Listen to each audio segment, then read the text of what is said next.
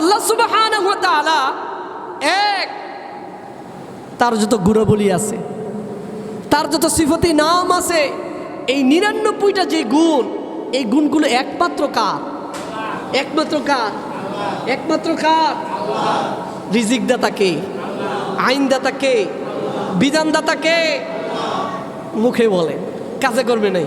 কোনো আইনের কথা আসলে তখন আর আল্লাহর আইনের কথা আপনি মানেন না। তো আপনি মনে করেন আল্লাহ আইন একটু কম বুঝেন, পাশ্চাত্যেরা আইন একটু বেশি জানেন। নাউজুবিল্লাহ।